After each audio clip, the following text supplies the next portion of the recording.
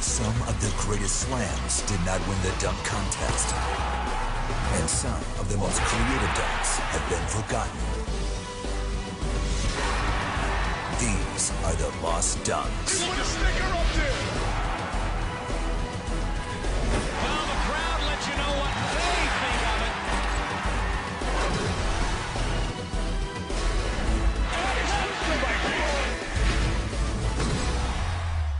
Hello, everyone, and welcome to the Lost Dunks presented by Geico. Michael Jordan, Dominique Wilkins, and Dwight Howard. Before they were dunk contest champions, they all had lost dunks. And over the next 60 minutes, we'll tell you their lost dunk stories, as well as others you might not remember. So let's start it off with the man most associated with the slam dunk, and I don't mean Chris Anderson. Here we go. Can he do what he did in '76? Oh, Dot flying down the lane. The idea of soaring in the air, flying in the air is always, part of the grand scheme of things when you got hops. How far out can you jump from and not break your neck? First of all, you have to remember he got the crowd going by taking the ball, and he took his time walking back as far as what he was going to do. And every step he took, wait a minute, no, he's not going to do it. He's going to start way down there and try to take off. And the crowd just rose with him. And they were waiting. They were anticipating this dunk. You're not jumping from the top of the key. Free throw line is the measuring stick. And he set it, the bar is set, and no one's ever broken that measurement. Oh, and he hits it off the back of the rim. The impossible has happened. I'll never forget that second dunk in the finals by Julius. He goes to the windmill. We've seen the entire repertoire from Julius, and he misses the dunk, which is deadly. Yeah, maybe I got a little too excited for, 34-year-old. But it's still, it established something that is folklore in NBA circles and in basketball sports circles, that the slam dunk contest is a big thing, and it's a big deal. This is the last one for Michael Jordan. He feels the pressure. Here he goes. Oh, spectacular. A huge fan. I mean, him and Dominique Wilkins' dunk contest was just unreal for me. What I did was tried to write down the dunks. Didn't have a VCR where you can really stop it. You just have to wait till they replay it. So I tried to write down and memorize the dunks, and then try to run out and hurry up and try them in the backyard. Well, Michael was the first guy to ever jump sideways. The Superman jump, most guys used to call it. And most guys jump 1 foot, or 2 feet. But no one jumped off of 2 feet and jumped sideways until Michael started doing it. That's crazy to be able to cup it, bring it over the other side, go way up over the rim and complete the dunk. For a guy to do a dunk like that and still not win the slam dunk competition. He had some great competition.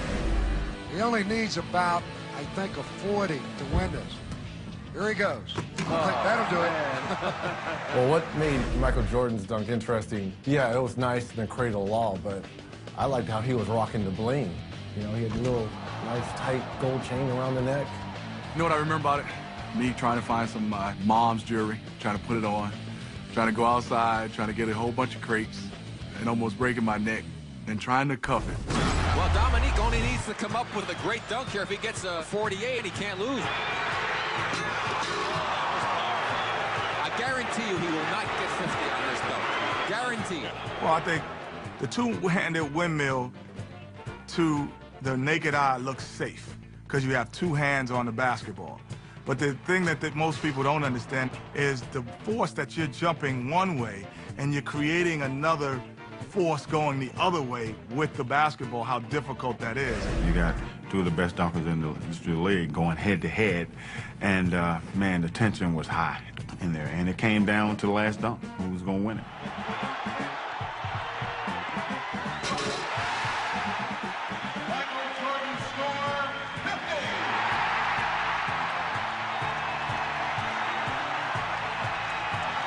He got robbed. I don't care what anybody says. It was in Chicago. It was the one All-Star game I played on, and I was sitting right there. And there's no way Dominique did not win that dunk contest. Oh, it's a huge disadvantage. You know, Chicago is Jordan's town, you know, so, yeah, you got a disadvantage going in because, you know, he's like God in that city, so, but that's what makes it fun. Dominique versus Michael Jordan would never, ever be top because they were going dunk for dunk. Whatever it was, one was topping the other one. Kemp has moved up 95 feet away. A double clutch with a one hand, leaving from just inside the free throw line. Shawn Kemp will power, funk. And the thing about it, he was a foot inside. And if he would have started off from the free throw line, he still would have made it. Not only is he 6'10", but the way he contorted his legs and jumping almost from the free throw line. We've never seen a guy 6'10" be able to be that limber and make a dunk that tough in a while. What Kemp did was he made it like a hurdler, and he brought it back at the same time. So when it came back in the right hand, it mimicked his right leg going backwards. And, I mean, that's just an incredible dunk. That was my guy. He's supposed to win that. They just gave it to D. Brown because he did that crap. Man, you was supposed to win, Shawn. You was supposed to win. You know I was right there going crazy for you. They burnt you. It means a lot to me. Even years later now, you look back at the dunk and you say, hey, yeah, the dunk was probably what I'll be known for. I tried to improve on all skills in my game, the all-around part, but the dunk will definitely go down as what I was known for. There's no way. Are you serious? Are you kidding me? And he's going to get it. Okay. Oh, no way. Oh, my goodness. He did that easy. First of all, let's start with it was a bad pass. So you had a bad pass by your point guard, and the rim is 11 feet. No, let me say that again. The rim is 11 feet. I would have been more impressed if he put up to 13, 14 feet. You know, again, like if he would have had some style and some flair with it, like if he would have windmilled it, then I would have been like, greatest dunker ever. Dwight Howard is the most athletic 7-foot guy in the history of the NBA. We've never had a guy who could jump like him. And to be able to jump 11 feet easily, too. You see, if you watch that, he's not even straining. You know, it'd be curious to me if he could dunk on a 12-foot basket. When I was in LA, they had a goal that was 12.5, and I dunked it. That was in my younger days. I was like 21. Seriously, if he can jump over Superman, he should win it. No, I told him, I said, just make sure you push off the back of my neck so you can actually get over me. Because, you know, if he would have just tried to jump over me, he probably wouldn't did it.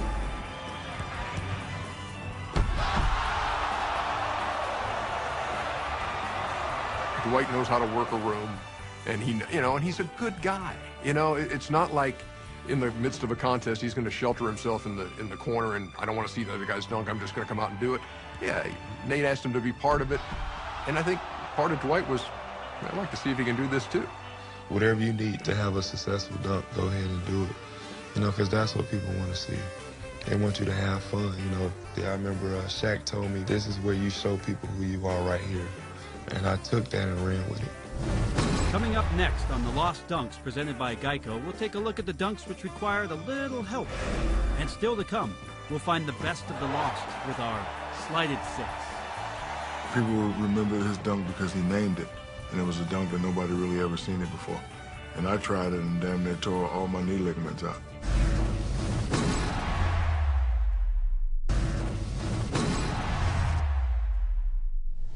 I'd rather have time to sit around and think about it. I don't know what David Wesley's doing with a camcorder. This is great. And he made a great pass. This one is starting to heat up right now. I had a camcorder and I wanted to document the whole footage, so I figured, you know, why not put the camcorder dunk in the whole All-Star festivities. You know, Baron Davis could jump really high, so if he would have, like, windmilled it or something, it probably would have been better. But Wesley didn't even stay there with the camera. He got nervous and, you know, he fell back. And then we didn't even see the footage. Well, it was a good dunk if it would have been one of our TNT cameras that David Wesley was holding as Baron Davis was jumping over him. They should have had that rigged up so that you could see it as he went over him. If he had done that, then BD would have gotten a higher score right there. The dunk was phenomenal. I think that he gets more points for that because he cocked it back like this and dunked it. And then, you know, the creativity to have Wesley out there with the camcorder. Good idea. I eventually lost the camcorder like an hour after the dunk contest. So who knows where that thing is. Oh, he's gonna do this. Oh, he's gonna jump over. He's gonna jump over C. Webb. Oh, I'll believe that when I see it. He's gonna jump over C. Webb.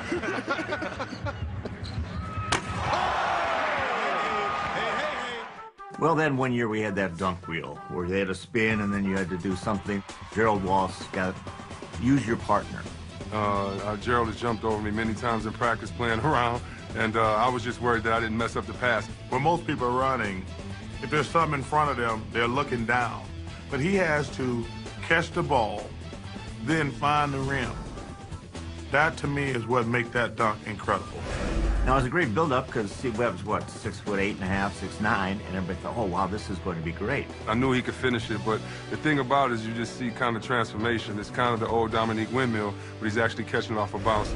When Wallace went to jump over, Steve Webb was chicken, and he bent way down, and so actually the jump wasn't that spectacular. Then Webber stood up, and so a great idea by Gerald Wallace, but probably a better idea for Steve Webb to duck. If he gets this, it's going to be crazy. I like this. Oh, he got it. That's what a dunk contest is supposed to be. High degree of difficulty, use of props creatively. I like stuff like that because somebody put some thought into that before they went out there. Nobody has ever done that one. That's why that one stands out. Well, I was coming up with all different ideas of dunks. You know, I had all 360s, windmills, and I said, you know what? Aha, Steve Nash, soccer. Well, Maury actually came to me and asked if I would help him in the dunk contest and incorporate some of my soccer stuff into it. So, you know, I came up with the actual move, but, you know, it was his idea to have me involved, and I'm forever grateful. I never thought I'd be in a slam dunk contest, so that was my route. Well, I thought Nash was supposed to be the one to throw it, so he throws it off the glass, and Nash headbutts it back. I'm out of my seat right there. They didn't even have to make the dunk. I will question and ask anyone if anyone could ever throw the ball, bounce it off your head, and for Amari to finish. By far the best dunk I might have ever seen with a tandem.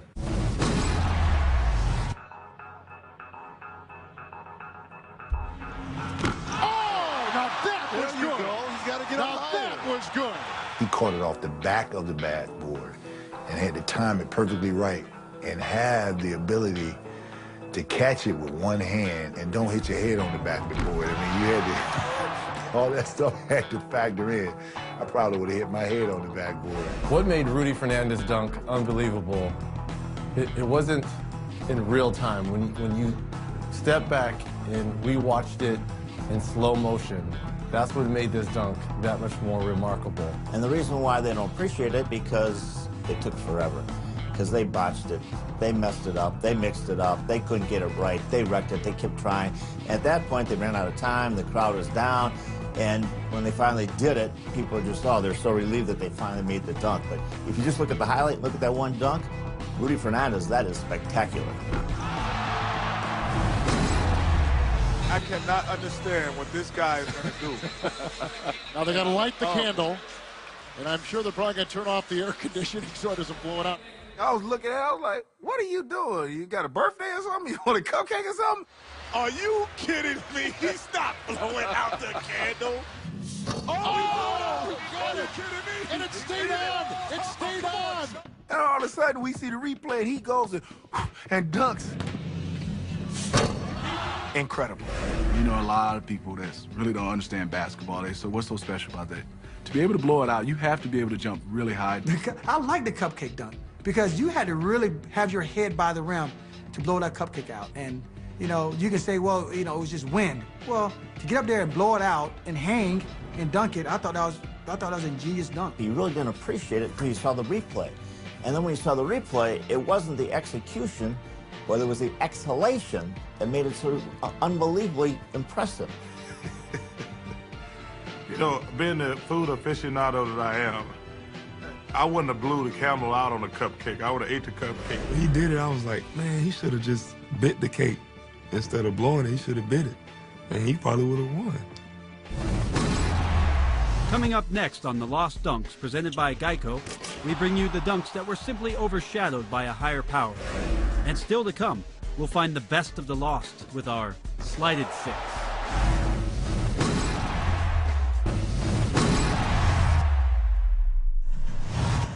And I like him because he's always thinking about what he wants to do. Here it comes. That's going to be hard to beat. Yes, it is. You know what made Larry Johnson's dunk impressive? Is just his swag. Larry Johnson, that was nice. What he did was a 360 Dominique style, rock the cradle and throw it down. See, a lot of people didn't know that he had a bad back. So for him to pull that off, that was very, very, very, very impressive. Well, what makes Grandmama's dunk impressive is for his size. You know, he was listed at 6'8", 6'9", but we all knew that Larry Johnson was only really 6'3", 6'4". So to have that much power into that compact body, that's what made it tough. The first thing I remember was that Grandmama was the first time anybody ever done the 360 windmill in the dunk contest. And then, I mean, everybody gives Vince the credit because, you know, Vince did it unbelievable. But Grandmama really pioneered that one. Now, the only way that I see him winning that championship or the title is that he probably should have gone with the whole Grandmama motif. I mean, I'm talking about the wig, I'm talking about the glasses, and the dress. Come on, LJ, Grandmama.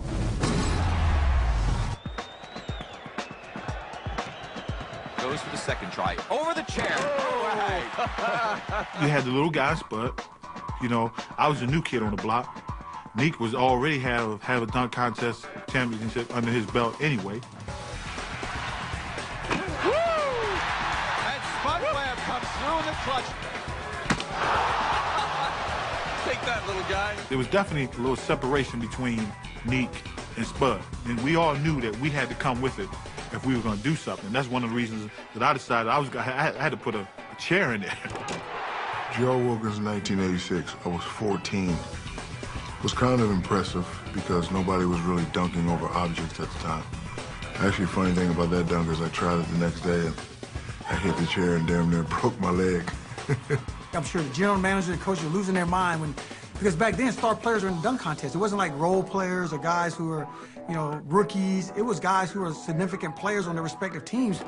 Gerald Wilkins, you know, actually had a good performance in the dunk contest. You know, he doesn't get a lot of publicity for it, but he actually was pretty good because his brother was so much better. So, you know, he was the wrong guy in the wrong family. So if he was Gerald Johnson, we'd probably be talking about him as a better player. But being named Wilkins hurt him a lot.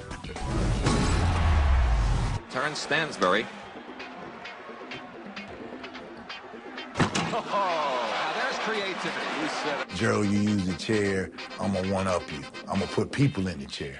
But what's funny about that dunk is it's almost like he brings two people randomly out of the audience. One sitting in a chair and the other one kneeling down as he jumps over him. And the guy in the white jumpsuit, that is the tightest white jumpsuit I've ever seen in my life. I just feel bad because if he had done that any other year, he would have gotten 50. But I bet they were like, well, the other guy just did it. You know, he got it from me. He obviously he wanted to score 50, so he said if I put 2 in the chair, I should get more. As I watched him, I knew I could outdo him. So I decided to bring my brother in to sit in the chair and a friend to go in front, which meant I would have to jump higher and go further. But he turned the chair sideways. It wasn't the back of the chair, he wasn't facing him. The possibility of kicking someone in the head and going further, I guess they didn't think about that. For some reason. I'm not sure. Because I did it first, it lent more to, you know, this was tough, acrobatic. We're going to give him the 50. Terrence, they gave him the 48. But this is a good dunk, though, if he does make it to warm up with. Yeah. Great dunk. That's a good dunk. Look at that, and almost all 10s on the side.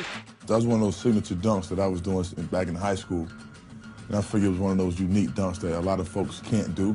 Amari Stoudemire took a page out of Isaiah Ryder's East Bay Funk Dunk and tried to duplicate what Ryder did. Oh, between his legs, how about it? The problem with Amari is he's 6'10" and a 7-foot arm span, and it made it look easy. It's too easy, man. This is just too easy. I think it's kind of easy for Amari. I mean, Amari's 6'10", he got unbelievable hops. I think he could have came something better. I'm more impressed with the dunk over Olowokandi. Bounces the ball to Amari Stoudemire, who flies in for an amazing wham, bam, slam. You usually don't see real tall guys put the ball between their legs. Well, I put Amari in the same category as Sean Kemp.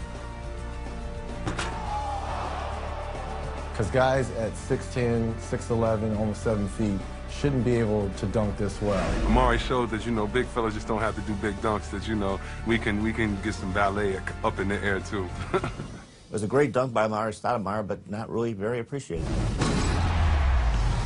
If he makes this over, Kenny. Oh! That's it. It's hard. done. It's done. That's hard to do that. 50 from the judges. That did it. Oh, my goodness. That's just stupid athleticism. That's just crazy right there. To catch the ball off the bounce, wrap it behind your back, and dunk it. I never seen that one before until he accomplished that. You know, you talk about clockwise, counterclockwise. He did that dunk behind his back backwards. He's so talented he was able to finish that. And that's what made it incredible. I've seen that before, but never with the power that he's done before. Seeing guys throw it off the back and catch it, but not be able to catch it and be looking above the rim like Andre Iguodala does. Andre Iguodala, he is Dr. J in another body, definitely. He's probably the best runner-up in recent history ever. That was the year when Nate had like 30 chances, and he kept throwing it up there and finally got it, and the crowd got behind him. I'll tell you what, this boy was an amazing shoot. Yeah, Andre, you were robbed. It was your dunk contest to win. But coming up next, we'll take a look at the moments we'd like to forget. I think he hurt his right knee. As the Lost Dunks, presented by Geico, continues.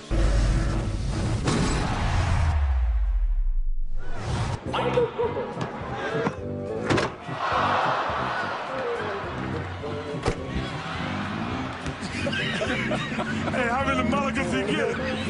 Uh-oh. Oh, you're right. Now, if that doesn't wet your whistle, I don't know what will. Welcome back to the Lost Dunks presented by Geico. And in case you're wondering why I'm hosting a show on slam dunks, well, let's just say I'm kind of a big deal.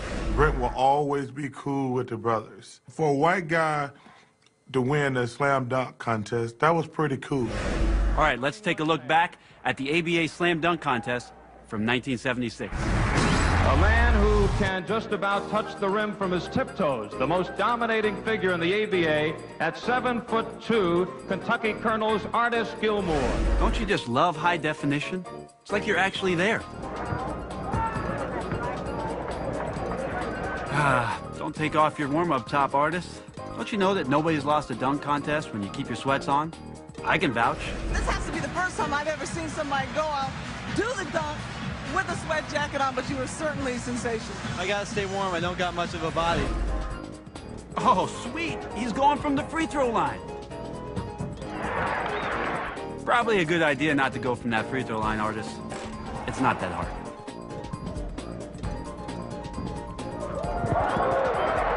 How do you cheer for that? I mean, he basically just threw it in. No way you get away with something like that in today's dunk contest. There is no way.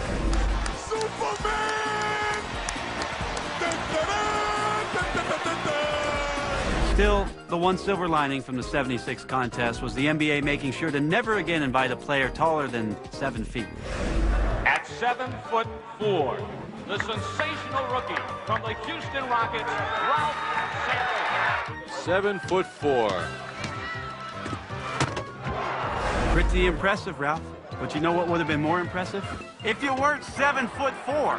I mean, come on. The only time America wants to see a guy 7'4" in the dunk contest is when he's getting posterized. Here comes McCready. Oh, he just sucked the gravity right out of the building. Now that was impressive. What else we got? Now Paul Pressey, his third attempt. He had 44 and 35. Oh, again, just more or less kind of your basic cuff dunk. Whoa, whoa. What's this? Paul Pressey in a slam dunk contest? Don't you know that point forwards don't do slam dunk contests? Ain't that right, LeBron?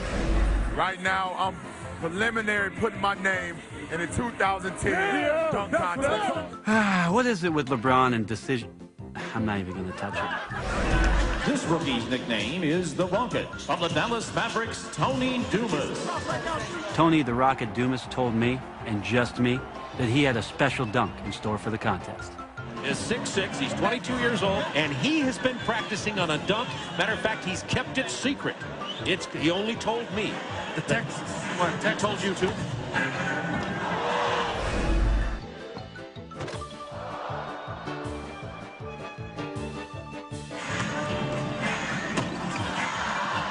So young Tony Dumas is 0 for 3.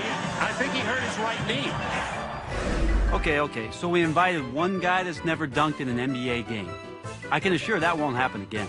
The next competitor now is going to be Chris Jackson, who's never dunked in the pros, but did dunk a couple of times down at LSU. That has to be a typo. I mean, TNT never screws up graphics.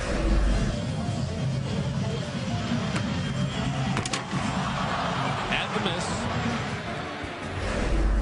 miss. Wake up, guys. This is the slam dunk contest.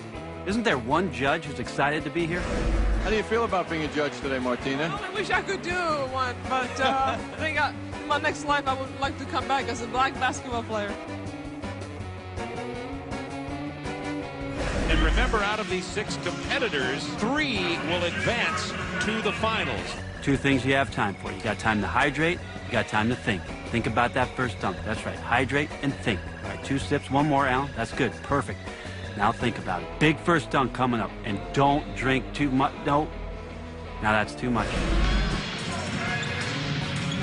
Off his head. Charles Barkley, give us your thoughts on Allen Houston. Well, I don't know if he's going to win, but that was the most original dunk I've ever seen that bounce off the head. Come on, Chuck.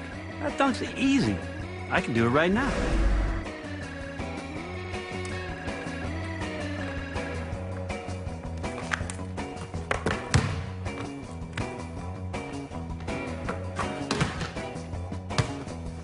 That was easy. What else we got? One from the Orlando Magic, Darrell Armstrong. Well, Darrell's already worked up a lather, and he hasn't even attempted 1 dunk. He might want to load up on some Gatorade. Spanish League All-Star, and he has been tutored by none other than Shaq.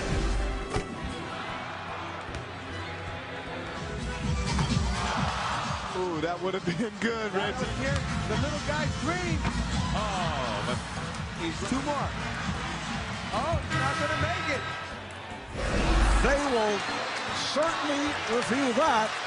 Yes! It's good! This building just exploded. Oh, it's good. Darrell Armstrong at the buzzer. Darrell, you might have missed 2 dunks, but I love you, man. I love you, man. Coming up next, it's Forgotten Dunks by Forgotten Players. Remember Darvin Ham? No, you don't. Still to come, we'll find the best of the lost with our Slighted 6. He came up with it. You know, he just said, throw the ball on the backboard and I'll do the rest.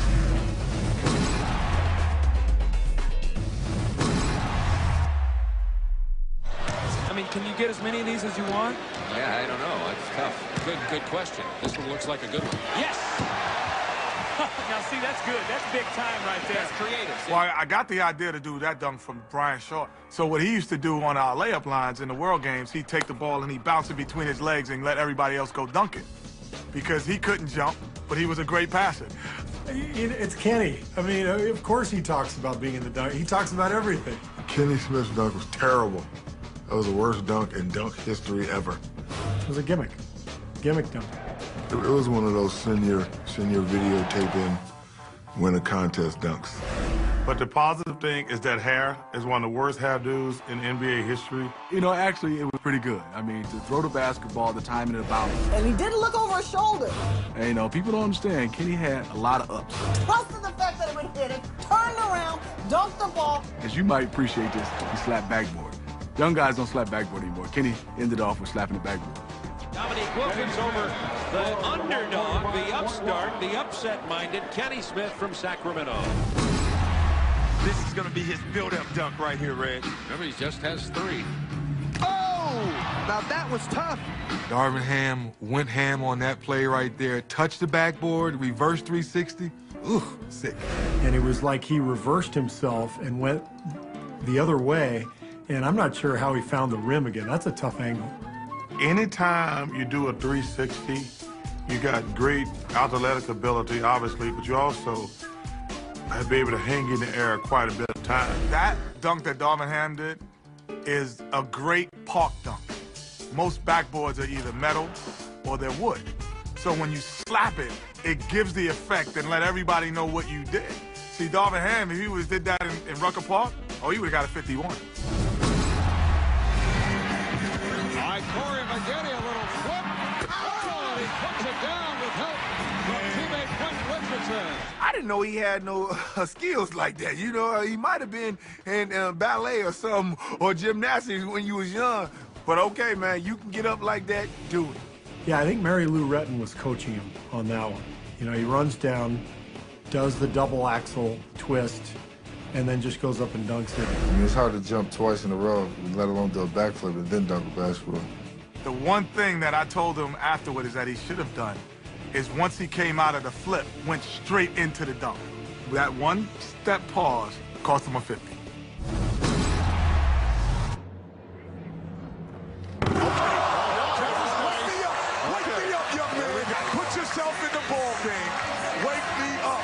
Well, DeMar DeRozan, obviously, he was a rookie. I think he was a little nervous going in, but he was up against a very small hurdle. Kryptonite, the two-time defending champ, he had his hands full. The difficult part was not for DeRozan, but it was actually for Weems, because he had to throw a perfect pass off the side of the backboard. When you're coming up at the rim, and the rim is right here on the side of the backboard, and you have to move away, to be able to concentrate, catch the ball, move out the way, and do it all at once, I think that's an underrated dunk. Yeah, that was a unique dunk because he threw the ball off the side of the backboard, and then was able to catch it, and then windmill. You know, that's one of those things you got to have great athleticism and also awareness on where you are.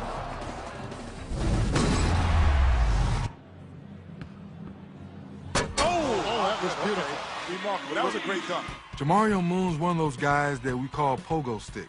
He loves to jump, he goes for every rebound, and what hops. That was probably one of the toughest dunks I've seen. You know, you got to throw the ball out, and then you got to turn around, and then you got to go find it with your hand and then dunk it. I think that's that's extremely tough dunk. I thought it was a great dunk, but apparently my son was a little, was a little tired, so he thought the dunk was only okay. See, if you go to a store, right, and you know you want to go buy a suit, if you got a good salesman, you're going to buy that suit. But if you don't have a good salesman, you're going to just say that's a nice suit. He didn't sell a dunk, because that was a nice suit.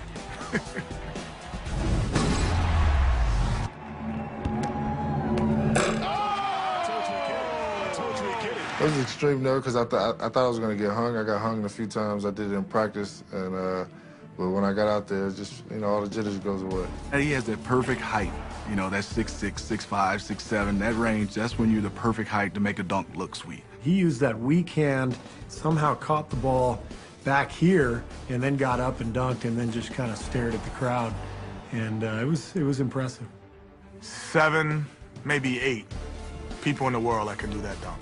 The dexterity and the flexibility you need in your body to bring it around, and then to bring it back up, the hand size and strength, then the jump, 8 people at max. Everybody else got to just put on a Nerf hoop.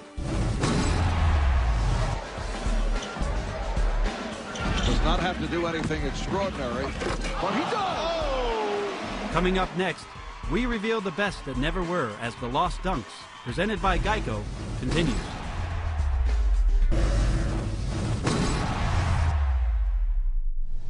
Welcome back to the Lost Dunks, presented by Geico. Well, we've saved the best for last. It's time to reveal the dunks which never quite made it to the top. Here are the slighted 6. Now, Terrence Stansbury. First round, his first attempt, he had 34. Whoa! That's the Statue of Liberty. Statue of Liberty, 360. I owe my due to Charles Barkley. He's obvious. He couldn't be in the dunk contest in '85, which gave me an opportunity to be there. And I want to give a shout out to Charles for letting me have an opportunity to show what I could do in the NBA dunk contest, no question. Terrence is one of my favorite people because I got to know him when he was in college. and he was a very good NBA player. And he's a guy who was, I think why people remember him so much, I don't think he ever dunked in an NBA game. The Statue of Liberty dunk when he turns and does a 360 and the ball doesn't move, but only his body turns, I think was one of the greatest dunks, top 10 dunks of all time. So shout out to Terrence Stansbury. And there it is in slow motion, the 360 Statue of Liberty. I know I was the guy back in the day where, before I even did the Statue of Liberty 360, I kind of showed people what it would look like by walking and going through the motion. And I remember even looking at videos where some people were shaking their head, what is he doing? I think people remember his dunk because he named it, and it was a dunk that nobody really ever seen it before. And I tried it and damn near tore all my knee ligaments out. Statue of Liberty. I like it so far. Francis. Oh, you know, when you see it in fast motion, you realize don't get, you know, the full effect of what he did. And when you see it in slow motion, the way he cocked it back and almost touched his feet was pretty impressive, especially for a guy his height. For myself, you know, I was just going off a winner. You know, whatever came to my mind, I didn't come in with a plan or anything. I was just going out there, you know, listening to some of the other guys and just going out there just trying the dunks as you go. T. Francis probably would have won the dunk contest 8 out of 10 years. But he just got caught up in the matrix because it was Vince Carter. And here is Vince Carter with his first shot. Let's go home. Let's go home, ladies and gentlemen. Let's go home. Incredible. Unbelievable. I think he was probably the best dunker to ever dunk in a dunk contest. Oh, it was just ridiculous. I mean, he's one of the greatest dunkers, if not the greatest dunker of all time. You know, some of the dunks that he was doing was pretty unbelievable. Not only Vince Carter's performance stopped Steve Francis from winning, but it prevented Tracy McGrady from winning as well, too. Does not have to do anything extraordinary, but he does. That was pretty much my best dunk. That's you know, the best trick I had in the bag, but it was pretty impressive. I got a lot of great views on it. Instead of just doing the 360, he took the 360 and he put it between his legs, and then he came back and dunked it. He did something extra that will always be forgotten because of the great performance that Vince Carter put on.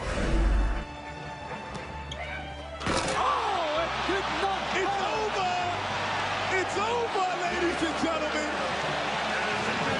Going to my third one, once I got to between the legs, which I made up on the bench right before it's my turn, that's when I was like it was over, and I was feeling good about myself. Yeah. I was right on the floor. I had a ball head. I think I had a great jogger suit on right next to my man, KG. And I remember saying to him, I've never seen anything this ill in my lifetime. And he replied kind of in the same way. Tracy McGrady wasn't bad, but Vince Carter did a dunk that... Vince Carter did a video game dunk. So nobody is really going to remember the other dunks. In the sophomore rookie game, he leads this competition. That is freaky right there. That is freaky. Too many people can't really do that. I think he is right-handed, and he did that with the left hand. You know, you've seen guys come from the baseline and do it. He came from down the middle and did that with the left. That was pretty impressive. He just exploded like he was off a trampoline and just powered it home before you could even see what he did. And then you get to see it in slow motion going through the legs and using that left hand for a right-handed guy. It's a great dunk.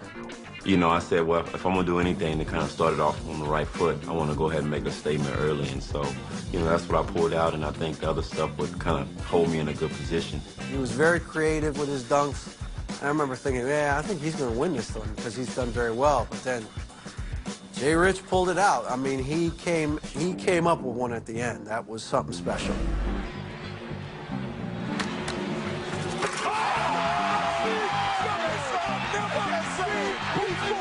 When I threw the lob up, everybody was like, oh, another lob dunk, because I did 4 lob dunks already, so I threw it up, and I said, you know what, it's the only time I ever did this dunk, I'm going to try it, hey, see what happens, and it went in. To me, Desmond Mason and Jay Richardson, this was the first year I call the computer game dunkers, because they brought things that you do in a computer game and actually put them in the dunk contest.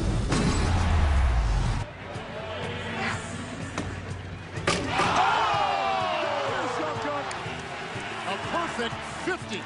I think Iguodala's dunk was the most underrated dunk I've ever seen in the contest's history. I mean, to come from where he did and to catch the ball literally behind the backboard and then reverse dunk it and then keep running all the way down the court, it was incredible. I was there that night, and I was just amazed at what I had seen. He came up with it. You know, he just said, you know, throw the ball on the backboard and I'll do the rest. I had no idea that he was going to do what he did. See, a lot of these guys, like Nate, my teammate, who won a couple of dunk contests, he took like 20 tries. But AI threw it, Iggy caught it, threw it down with force, came under, bam. That was impressive, very impressive. But he's overshadowed by Nate Robinson. He doesn't win it. But I thought that dunk was by far the best dunk of the night. That's why the crowds are booing. Iguodala should have won this thing.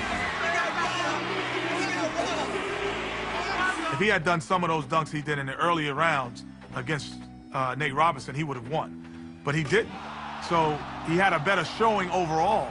But a head, man-on-man against Nate, no, he did not outshine Nate Robinson.